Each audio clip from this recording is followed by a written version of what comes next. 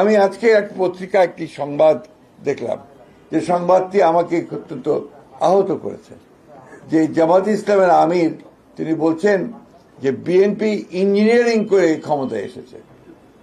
আমি এটা তীব্র নিন্দা জানাচ্ছি, প্রতিবাদ জানাচ্ছি, এবং তিনি বা তার দল যে কখনোই সুস্থভাবে চিন্তা করেন না তার প্রমাণিতটা হয়েছে। সুতরাং জামাত ইসলামের আমিরের এই বক্তব্য আমি আবার আমার প্রত্যাখ্যান করছি, শুধু নয় নিন্দা জানাচ্ছি এবং ক্ষোভ প্রকাশ করছি। যে কথা বলছিলাম যে আজকে বিভিন্নভাবে বিএনপির বিভিন্ন কর্মকাণ্ডের উপরে বিভিন্নভাবে আপনার প্রচেষ্টা চালানো হচ্ছে ওই শক্তিটির পক্ষ থেকেই একটা আবার ধূম্রজাল সৃষ্টি করা, আবার একটা বিভেদ সৃষ্টি করা।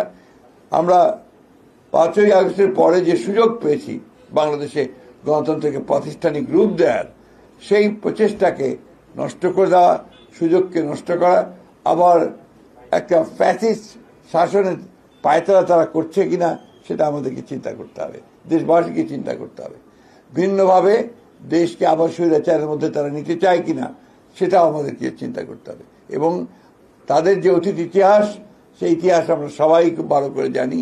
সেই কারণেই সমগ্র জাতি অত্যন্ত সচেতনভাবে তাদেরকে প্রত্যাখ্যান করেছে, এবং আগামীতে যেন পুরোপুরি তাদেরকে নির্মূল করা যায় রাজনৈতিকভাবে, সেইভাবেই আমাদেরকে কাজ করতে হবে।